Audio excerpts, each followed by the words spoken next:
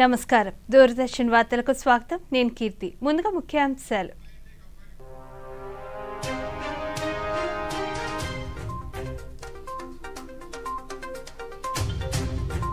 ప్రయాగ్రాజ్ లో 5500 కోట్ల అభివృద్ధి ప్రాజెక్టులకు ప్రధాని నరేంద్ర మోదీ ప్రారంభోత్సవం మహా కుంభమేళా ఐక్యతా మహాయజ్ఞమన్న నరేంద్ర మోదీ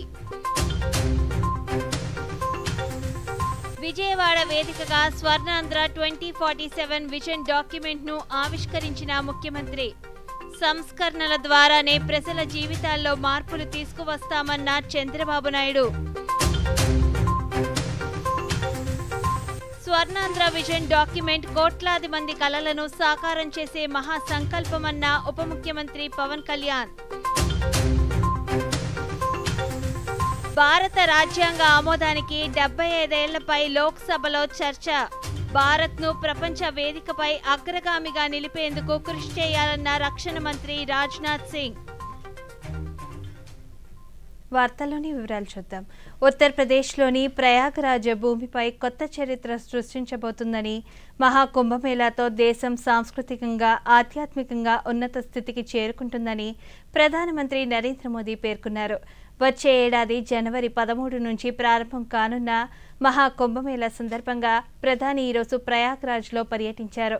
5500 కోట్ల రూపాయల విలువైన వివిధ అభివృద్ధి పనులను ప్రారంభించారు.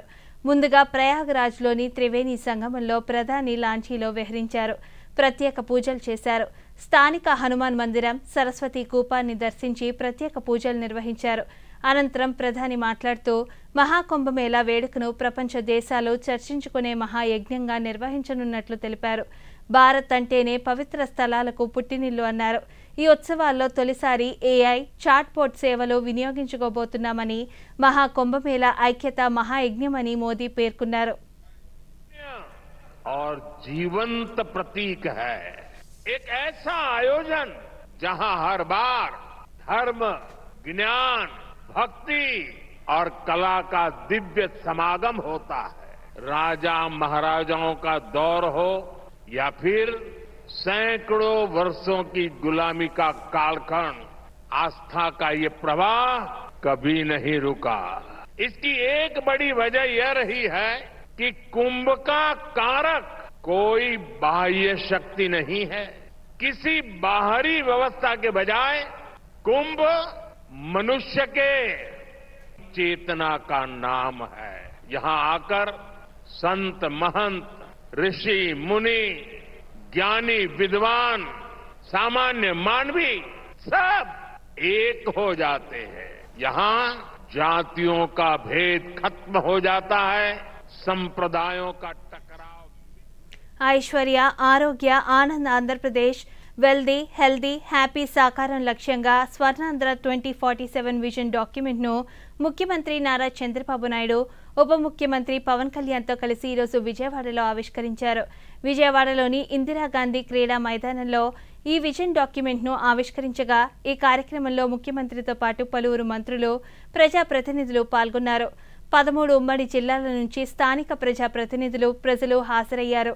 విద్య, మహిళా సాధికారత, సాంకేతిక రంగం, ఆరోగ్యం, వ్యవసాయం, స్వచ్ఛంద సేవా రంగాలతో పాటు ఇతర రంగాల్లోని విశేష సేవలు అందించిన ప్రముఖులు హాజరయ్యారు. ఈ సందర్భంగా ఏర్పాటు చేసిన స్టాల్స్ ను ముఖ్యమంత్రి, ఉప ముఖ్యమంత్రి పరిశీలించారు. అనంతరం జాతికి, రాష్ట్ర ప్రజలకు ఈ అంకితమని పేర్కొంటూ విజన్ డాక్యుమెంట్పై ముఖ్యమంత్రి సహా రాష్ట్ర మంత్రులు సంతకాలు చేశారు. విజన్ డాక్యుమెంట్ లో స్వహస్తాలతో తన సంతకాన్ని చేస్తున్నటువంటి క్షణాన్ని మనం వీక్షిస్తున్నాం. మరియు శుభాశీసులు అందిద్దాం. ఈ మహత్తరమైన ఘట్టం మంత్రులు కూడా తమ సంతకాన్ని చేస్తున్నటువంటి క్షణాన్ని చూస్తున్నాం. విజన్ డాక్యుమెంట్ లో పొందుపరిచినటువంటి 10 సూత్రాలు, వివిధ అంశాల గురించి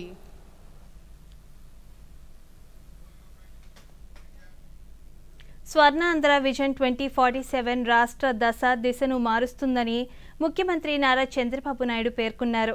విజయవాడలో స్వర్ణాంధ్ర 2047 విజన్ డాక్యుమెంట్ ఆవిష్కరణ సందర్భంగా ఏర్పాటు చేసిన కార్యక్రమంలో ముఖ్యమంత్రి మాట్లాడుతూ డాక్యుమెంట్ ఆవిష్కరణ సరికొత్త చరిత్రకు నాంది అన్నారు. వైఎస్ఆర్సీపీ హయాంలో ఊహించని దానికంటే ఎక్కువ విధ్వంసం జరిగిందని పేర్కొన్నారు. దేశంలోనే ఆంధ్రప్రదేశ్ను అగ్రగామిగా నిలపాలనే సంకల్పంతో పనిచేస్తున్నామన్నారు. 2047 నాటికి $42,000 రాష్ట్ర తలసరి ఆదాయం పెరగాలన్నది లక్ష్యమని తెలిపారు. విజన్ డాక్యుమెంట్ కోసం 17 లక్షల మంది తమ ఆలోచనలు పంచుకున్నారని, అందరికీ ఆరోగ్యం, సంపద, సంతోషం స్వర్ణాంధ్ర విజన్ 2047 లక్ష్యమని తెలిపారు. విజన్ 2047లో ప్రతి ఒక్కరికి ఉద్యోగ, ఉపాధి కల్పనే లక్ష్యమని తెలిపారు. మానవ వనరులు అభివృద్ధి చేస్తామని, నీటి భద్రతకు ప్రాధాన్యతనివ్వాలనే కరువు రహిత ఆంధ్రప్రదేశ్కు కృషి చేస్తున్నామని తెలిపారు. హైదరాబాద్ లో మీరు చూస్తే రెండు నగరాలు, ఒకటి హైదరాబాద్, ఒకటి సికింద్రాబాద్. ఆ రోజు ఆలోచించాం, ఏదైతే వెస్టర్న్ సైడ్ వెళితే అక్కడంతా రాళ్లు గుట్టలు ఉండేటివి. ఆ గుట్టల్లో నేను చూశాను, ఇది భవిష్యత్తు నగరంగా తయారవుతుందని రూపకల్పన చేసి 25 సంవత్సరాల్లో ప్రపంచంలో నెంబర్ 1 రాష్ట్రంగా తయారు చేశామంటే అది ఆనాటి విజన్ ప్రభావం అని చెప్పి కూడా నేను మీకు తెలియజేస్తున్నా. ఎప్పుడూ పవన్ కళ్యాణ్ గారు అంటా ఉంటారు, సార్ మేము అందరూ రాళ్లు చూశాం, మీరు మాత్రం అందులో ఒక విజన్ చూశారని. అవును, నేను ఆ రోజు చూసింది ఒక సింగపూర్ చూశాను, లేకుంటే ఒక దుబాయ్ చూశాను, ఒక అమెరికాలో ఉండే న్యూయార్క్ సిటీని చూశాను. ఇలాంటి టౌన్ ఎందుకు డెవలప్ చేయలేమని ఆలోచించి అంచెలంచెలుగా అభివృద్ధి చేశాం. ఈ రోజు గర్వంగా చెప్పగలుగుతున్నా, హైదరాబాద్ నగరం వల్ల తెలంగాణ రాష్ట్రం భారతదేశంలోనే ఎక్కువ తలసరి ఆదాయం సంపాదించే రాష్ట్రంగా తయారైందంటే అది ఆ రోజు వేసిన ఫౌండేషన్ అని చెప్పి కూడా నేను మీకు తెలియజేస్తాను. విజన్ స్వర్ణాంధ్ర డాక్యుమెంట్ కోట్లాది మంది కలలను సాకారం చేసే మహా సంకల్పమని ఉప ముఖ్యమంత్రి పవన్ కళ్యాణ్ పేర్కొన్నారు. స్వర్ణాంధ్ర విజన్ 2047 ఆవిష్కరణ కార్యక్రమంలో పవన్ కళ్యాణ్ మాట్లాడుతూ, తన ముక్కుసూటితనం వల్ల రాష్ట్రానికి మంచి జరగాలని, ప్రజల జీవితాలు బాగుపడాలంటే సరైన సారథ్యం వహించే మహానాయకుడు ముఖ్యమంత్రి నారా చంద్రబాబు నాయుడని పేర్కొన్నారు. ప్రతి ఒక్కరికి దిక్సూచి అవసరమని, చంద్రబాబు నాయుడు ఓపికను ఎన్నిసార్లు మెచ్చుకున్నా సరిపోదని పేర్కొన్నారు. రాజకీయాల్లో ప్రజల కోసం ఆలోచించే వ్యక్తి ఒక్క చంద్రబాబు నాయుడు మాత్రమేనని తెలిపారు. బిడ్డలకి భవిష్యత్తు బాగుండాలి, స్కిల్ డెవలప్మెంట్కి సంబంధించి స్కిల్ పాస్పోర్ట్ ఉండాలి. ఇలా ఒకటి కాదు, రెండు కాదు, అనేక అంశాల మీద ఆయన చేసిన కసరత్తు, అధికారులతో కూర్చొని ఆయన చేసిన కసరత్తు మాతో చర్చించింది. నాలాంటి వాడు, చిన్నపాటి అనుభవం నాలాంటి వాడి సలహాలు కూడా ఆయన తీసుకొని దాన్ని దాన్ని పెట్టడం మనస్ఫూర్తిగా, ఆయన పెద్ద మనసుకి అది ఆయనకి మనస్ఫూర్తిగా కృతజ్ఞత నేను తెలియజేస్తున్నాను. ఆయన దీంట్లో ఆయన కన్న కళ మనందరి కోసం అది. కానీ దీనికి మనం ఏం చేయాలి అనేది ఆయన తెలియజేస్తారు. సో బేసిక్గా మనం అర్థం చేసుకోవాల్సింది, అమెరికాకి ఇలాంటి పెద్ద దేశాలకు వెళ్ళిపోదాం, వెస్టర్న్ కంట్రీస్కి వెళ్ళిపోదాం. ఎందుకు వెళ్తామంటే మన రూల్ ఆఫ్ లా బాగుంటుందని. ఇక్కడి నుంచి వెళ్ళిన చాలామంది తెలుగు వాళ్ళు అమెరికాలోకి వెళ్ళిపోయి పెద్ద పెద్దగా సాధించగలిగారు.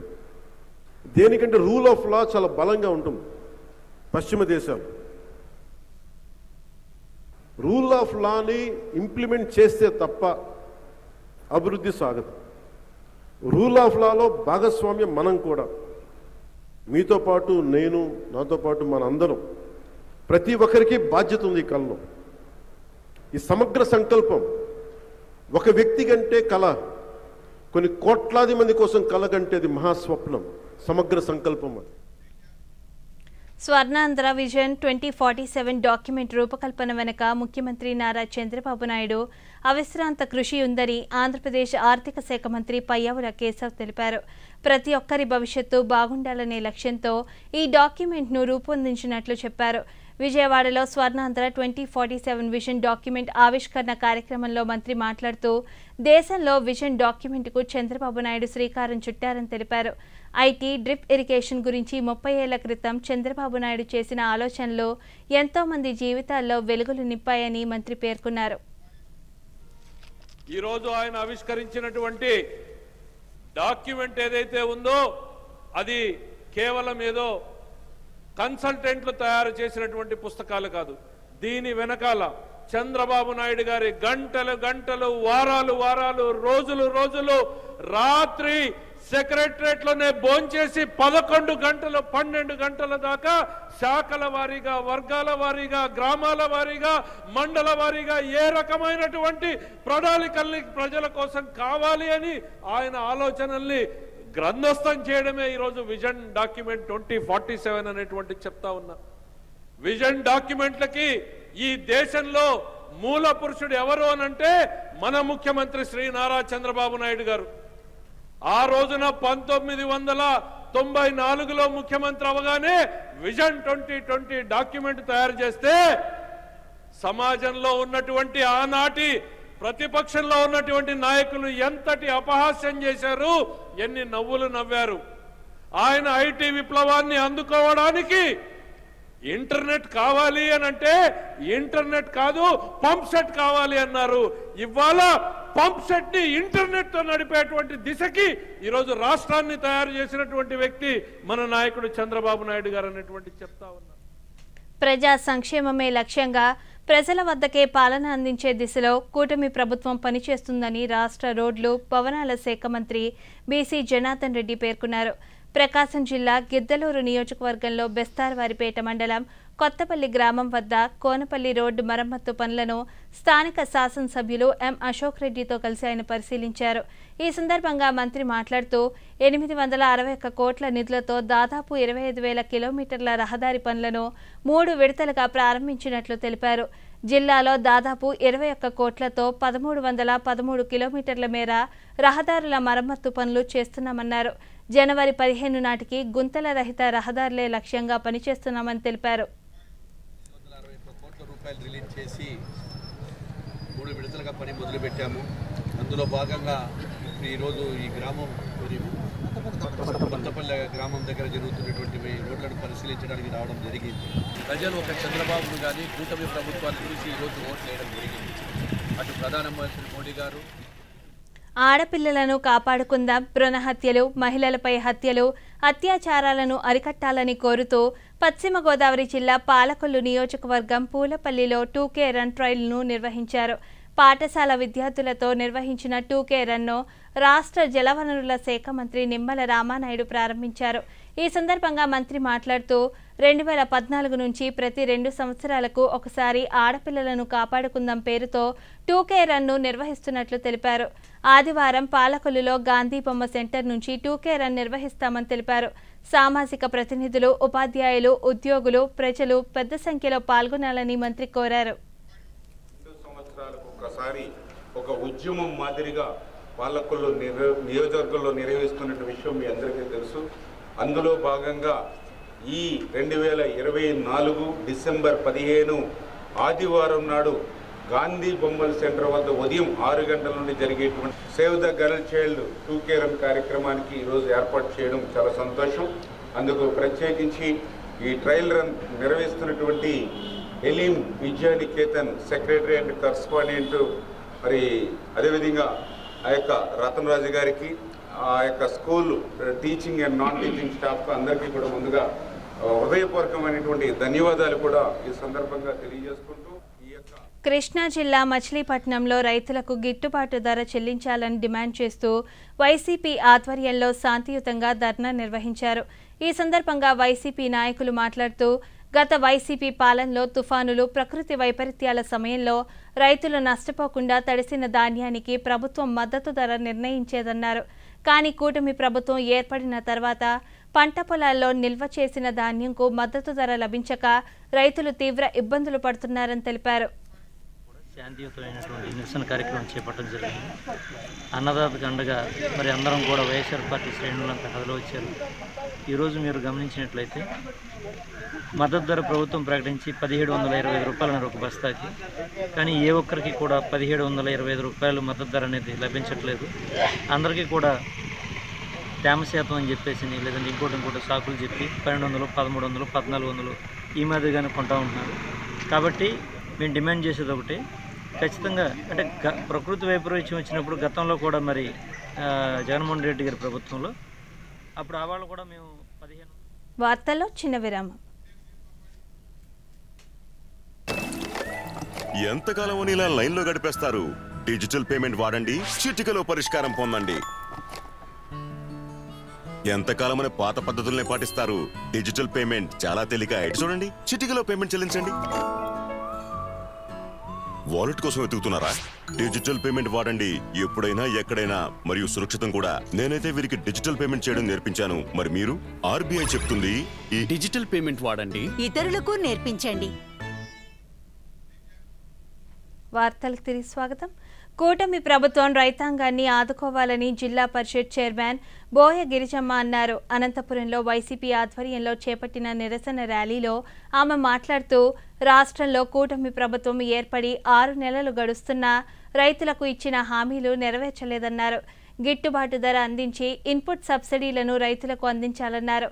ఆ పార్టీ జిల్లా అధ్యక్షులు అనంత వెంకటరామిరెడ్డి మాట్లాడుతూ, గత ప్రభుత్వ హయాంలో రైతు సంక్షేమానికి ఎన్నో పథకాలు అమలు చేయడం జరిగిందన్నారు. కూడా ఇప్పుడున్నటువంటి కూటమి ప్రభుత్వము రైతులని ఏ కోశాన కూడా ఆదుకున్న పాపాన పోలేదు. రైతులకు గిట్టుబాటు ధర కల్పిస్తామని చెప్పేసి, అన్నదాత సుఖీభవ కింద 20,000 రూపాయలు ఇస్తామని చెప్పేసి 6 నెలలు గడుస్తున్నా కూడా ఒక్క రూపాయి కూడా రైతులకు ఇచ్చి వాళ్ళని ఆదుకున్న పాపాన పోలేదు. ఇప్పటికైనా కూడా ప్రభుత్వ పెద్దలు కనికరించి రైతులకు వెంటనే మద్దతు ధర ప్రకటించాలి, గిట్టుబాటు ధర ప్రకటించాలని కూడా ఈ సందర్భంగా వైఎస్ఆర్ కాంగ్రెస్ పార్టీ తరఫున మేమందరం కూడా డిమాండ్ చేస్తూ ఉన్నాం. రైతాంగానికి మద్దతుగా రైతును కూడా ఆదుకోవాలని చెప్పి, ప్రభుత్వం ఆదుకోవాలని చెప్పి ఒక నిరసన తెలియజేస్తూ వినతి పత్రం ద్వారా కలెక్టర్ ద్వారా ముఖ్యమంత్రికి ఈ ప్రభుత్వాన్ని చెప్పడానికి వైఎస్ఆర్ కాంగ్రెస్ పార్టీ తరఫున పెద్ద ఎత్తున కూడా రైతులు కూడా కలెక్టరేట్ కదిలి రావడం జరిగింది. ముఖ్యంగా ఈ కూటమి ప్రభుత్వం అధికారం రాష్ట్రంలో రైతాంగం ఎదుర్కొంటున్న సమస్యలను ప్రభుత్వం పరిష్కరించాలని చిత్తూరు పార్లమెంటు మాజీ సభ్యులు రెడ్డప్ప కోరారు. వైసీపీ ఆధ్వర్యంలో రాష్ట్ర వ్యాప్తంగా నిర్వహించిన రైతు దీక్ష కార్యక్రమంలో భాగంగా చిత్తూరులో వైఎస్ఆర్ కాంగ్రెస్ పార్టీ నాయకులు ర్యాలీగా కలెక్టర్ కార్యాలయానికి చేరుకుని జిల్లా కలెక్టర్ సుమిత్ మిత్రాకు వినతిపత్రం అందజేశారు. ఈ సందర్భంగా రెడ్డప్ప మాట్లాడుతూ, గత ప్రభుత్వ హయాంలో రైతు భరోసా కేంద్రాలు ఏర్పాటు చేసి రైతులను అన్ని విధాలుగా ఆదుకున్నామన్నారు.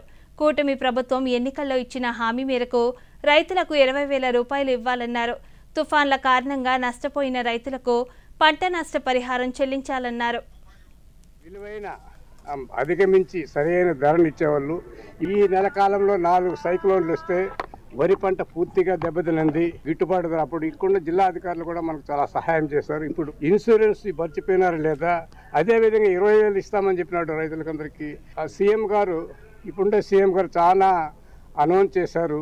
కనీసం రైతులు కూడా పట్టించుకోకపోతే, రైతు కుటుంబం నుండి వచ్చిన వ్యక్తి రైతులు కూడా ఇంత విస్మరిస్తారని మేము ఎప్పుడూ అనుకోలేదు. సూపర్ 6 భాగంలో అమలు చేయాల్సినటువంటి అన్నదాత సుఖీభవ అనే పథకం కింద రైతులకు ఇస్తానటువంటి 20,000 రూపాయలు వెంటనే చెల్లించాలా. తడిచిన ధాన్యం, రంగుమారిన ధాన్యాన్ని కూడా కొనుగోలు చేయాలా. ప్రత్యేకించి చిత్తూరు జిల్లాలో కర్నూలులోని డాక్టర్ అబ్దుల్ హాక్ యునానీ మెడికల్ కళాశాల మెడికల్ రీసెర్చ్ యూనిట్ అభివృద్ధికి రాష్ట్ర ప్రభుత్వం 2 ఎకరాల భూమిని కేటాయించిందని, దీనికి సంబంధించిన ఒప్పంద పత్రాలు అన్ని ఆయుష్ మంత్రిత్వ శాఖకు అప్పగించామని కర్నూలు పార్లమెంట్ సభ్యులు నాగరాజు లోక్సభలో ప్రశ్నోత్తరాల సమయంలో లేవనెత్తారు. ఈ కళాశాల అభివృద్ధితో ఉపాధి, స్థానిక ప్రజలకు మెరుగైన వైద్య సేవలు అందుతాయన్నారు. ఇందుకు సమాధానంగా ఆయుష్ శాఖ మంత్రి ప్రతాపరావు గణపతిరావు సమాధానమిస్తూ, ఆంధ్రప్రదేశ్లో ఆయుష్ మంత్రిత్వ శాఖ ఆధ్వర్యంలో 3 కళాశాలలు నిర్వహించబడుతున్నాయన్నారు. కర్నూలులోని మెడికల్ కళాశాలకు సంబంధించి త్వరలో మార్గదర్శకాలు ఇవ్వనుందన్నారు. And the Ayush sector in the region. Therefore, I would like to ask the Honorable Minister, what are the steps taken to expedite the MOU process and ensure its timely execution to facilitate the development of this institution. माननीय मंत्री जी, अध्यक्ष महोदय, मैं आपके माध्यम से इतना ही कहना चाहूँगा कि जो आंध्र प्रदेश में अभी जो 3 कॉलेज वहाँ पर चलते हैं और वहाँ पर आंध्र प्रदेश में CRU यूनिट है कर्नूल में, CCRH इकाई है विजयवाड़ा में और CCRH यूनिट है गुड़ीवाड़ा आंध्र प्रदेश में, और आंध्र प्रदेश में आयुर्वेद के 3 महाविद्यालय हैं, होम्योपैथी के 7 महाविद्यालय हैं और यूनानी का 1 महाविद्यालय। अध्यक्ष महोदय, इन्होंने जो यहाँ पर बात कही है कि उनके यहाँ पर हो रही है कॉलेज के, इसके बारे में तो निश्चित रूप से आयुष मंत्रालय के माध्यम से ఆంధ్రప్రదేశ్లో ప్రధానమంత్రి మాతృవందన పథకం నిధులు దుర్వినియోగం అయ్యాయని డాక్టర్ బైరెడ్డి శబరి పార్లమెంట్ సమావేశ ప్రశ్నోత్తరాల సమయంలో లేవనెత్తారు. 2019-22 సంవత్సరానికి గాను ఈ పథకం కింద 14 కోట్ల రూపాయల 3 లక్షలు విడుదల కాగా కేవలం 1,00,000 మంది మహిళలు మాత్రమే లబ్ధి పొందారని, 2022-24 కాలానికి గాను 17 కోట్లు విడుదల చేయగా 1,08,000 మంది మహిళలకే లబ్ధి చేకూరిందన్నారు. దీనిని బట్టి రాష్ట్రంలో 2019-24 మధ్య కాలంలో ప్రధానమంత్రి మాతృవందన నిధులు దుర్వినియోగమయ్యాయని ఆమె పేర్కొన్నారు. సమాజంలోని ప్రతి వర్గానికి మేలు కలిగే విధంగా పథకాలు, కార్యక్రమాలు చేపట్టామని మహిళా శిశు సంక్షేమ శాఖ మంత్రి అన్నపూర్ణదేవి పేర్కొన్నారు. ప్రధానమంత్రి నరేంద్ర మోదీ ప్రారంభించిన బేటీ బచావో బేటీ పడావో పథకం ద్వారా గర్భిణీ స్త్రీలకు స్థానికంగా ఉండే ఆశా వర్కర్ల ద్వారా ఎప్పటికప్పుడు ఆరోగ్య పరీక్షలు, బిడ్డ ఎదుగుదలకు సంబంధించిన పరీక్షలు చేస్తున్నామన్నారు. గర్భిణీలకు పౌష్టికాహారాన్ని అందిస్తూ మొదటి ప్రసవానికి తల్లికి 5,000, శిశువుకు 1,000 రూపాయలు అందిస్తున్నామన్నారు. రెండవ సంతానంగా ఆడపిల్ల పుడితే 6,000 రూపాయలను అందిస్తున్నామన్నారు. संख्या में लगभग 95% से ज़्यादा लाभार्थियों को हमने भुगतान किया है. ये डिटेल एक हम माननीय सदस्य को दे भी देंगे. हर एक राज्यवार है जिसमें बहुत ही अच्छे ढंग से, चूँकि अभी जो पेमेंट है सीधे लाभुक के खाते में जाता है और कुछ वो आधार कार्ड के माध्यम से रजिस्ट्रेशन कराते हैं. आंगनवाड़ी केंद्र में जाकर, चूँकि वो प्रेग्नेंट है, उसका एक सर्टिफिकेट वो देती हैं. उसके बाद वैसे सभी लाभार्थी को जो इस योजना के तहत మధ్య తూర్పు ప్రాంతంలో వలసలపై విదేశాంగ మంత్రి డాక్టర్ ఎస్ జయశంకర్ సూచించిన చట్టం వలస కార్మికుల మర్యాదను పెంచేదిగా ఉందని ఒంగోలు పార్లమెంట్ సభ్యులు మాగుంట శ్రీనివాసులు రెడ్డి పేర్కొన్నారు. వలస కార్మికులు ప్రతిరోజు ఎన్నో ఇబ్బందులు ఎదుర్కొంటున్నారన్నారు.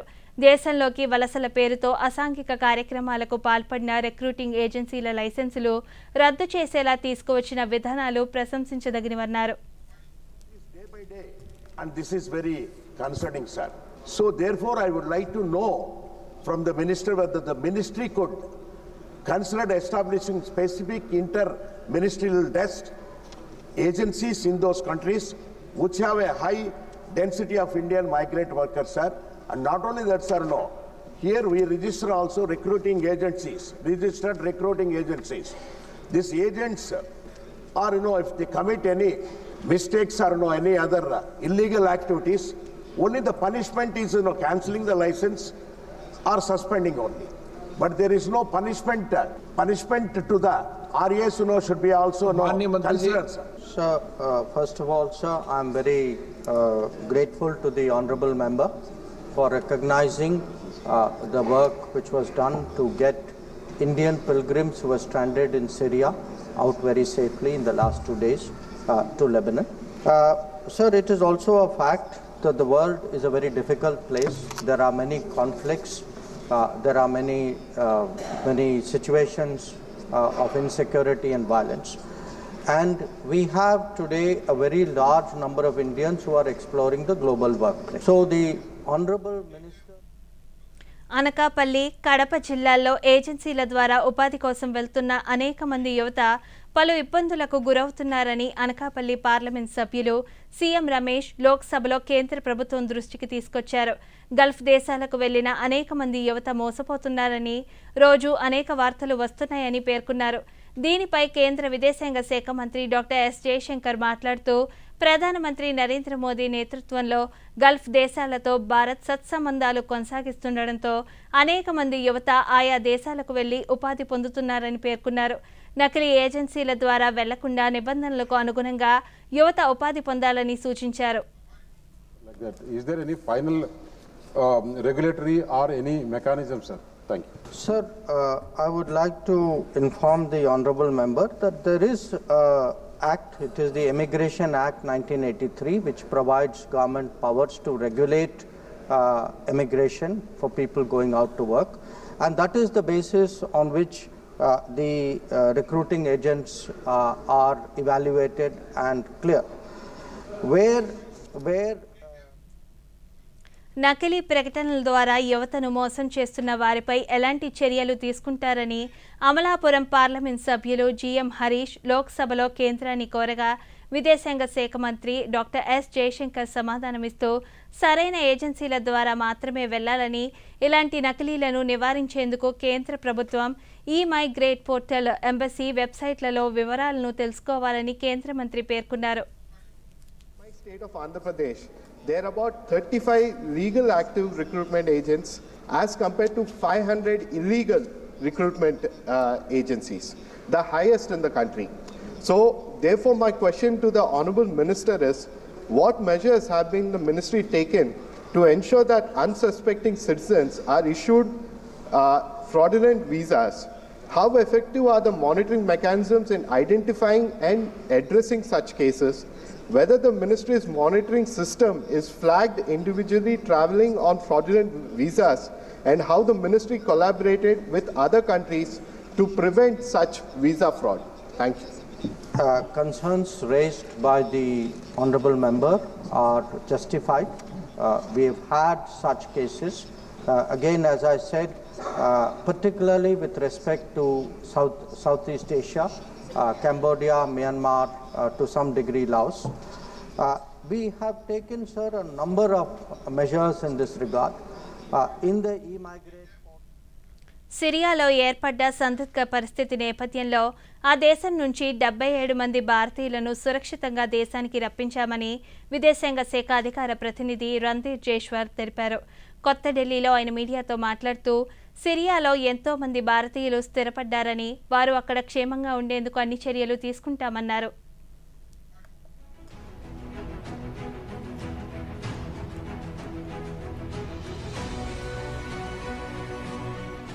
The repatriation and evacuation of Indians from Syria.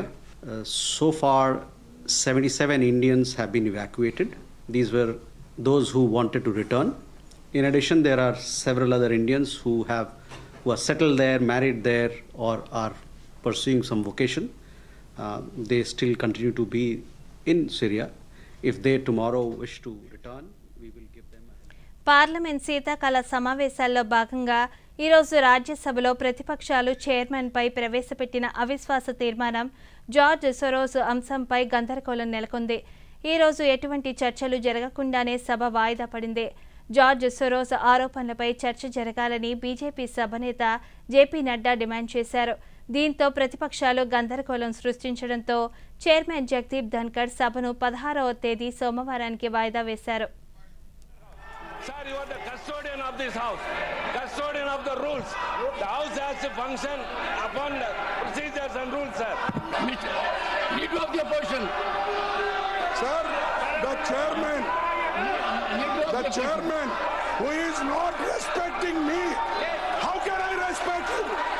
You are insulting me. The house is scheduled to meet at 11 a.m. on Monday, the 16th of December 2024. Finally, I appeal to leader of the opposition to spare time to sit today in my chamber at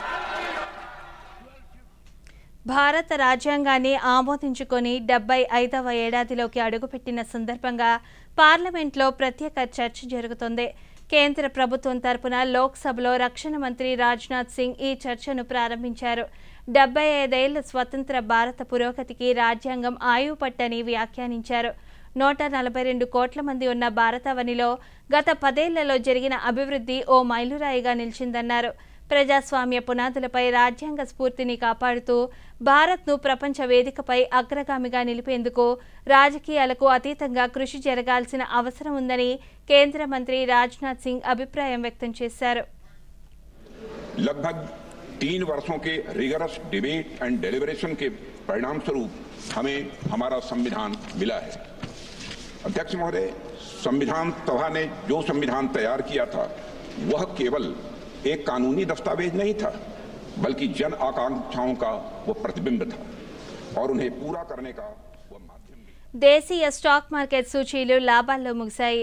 ఉదయం భారీ నష్టాల్లోకి జారుకున్న సూచీలు మళ్లీ అంతే బలంగా పుంజుకున్నాయి. ఉదయం 1100 పాయింట్లకు పైగా నష్టాల్లోకి జారుకున్న సెన్సెక్స్ చివరికి 840 పాయింట్ల లాభపడింది. కనిష్టాల నుంచి దాదాపు 2000 పాయింట్లు పుంజుకుంది. నిఫ్టీ 24,750 ఎగువన ముగిసింది. ఈ ఉదయం 81,212 పాయింట్ల వద్ద నష్టాల్లో ప్రారంభమైన సెన్సెక్స్ ఒకానొక దశలో 1,129 పాయింట్ల పతనమై 80,082 వద్ద కనిష్టాన్ని తాకింది. కొనుగోళ్ల మద్దతుతో మధ్యాహ్నం ట్రేడింగ్ సెషన్లో పుంజుకున్న సూచీ లాభాల బాట పట్టింది. ఇంట్రాడేలో సెన్సెక్స్ 82,213 వద్ద గరిష్టాన్ని తాకింది. చివరకు 843 పాయింట్ల లాభంతో 82,133 వద్ద ముగిసింది. నిఫ్టీ సైతం ఒకానొక దశలో 380 పాయింట్ల కుంగి 24,180 వద్ద కనిష్టాన్ని తాకింది. చివరకు 219 పాయింట్ల లాభంతో 24,768 వద్ద ముగిసింది. డాలర్తో రూపాయి మారకం విలువ ₹84.79గా నమోదైంది.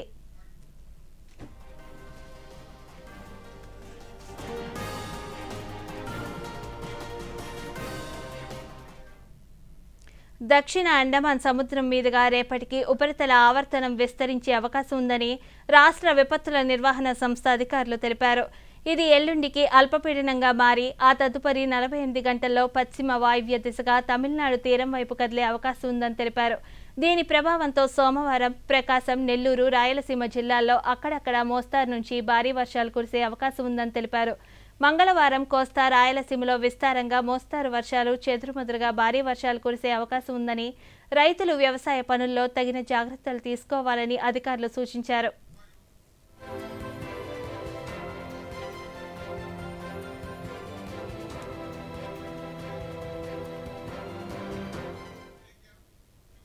ఈ వార్తలు ఇంతటితో సమాప్తం. నమస్కారం.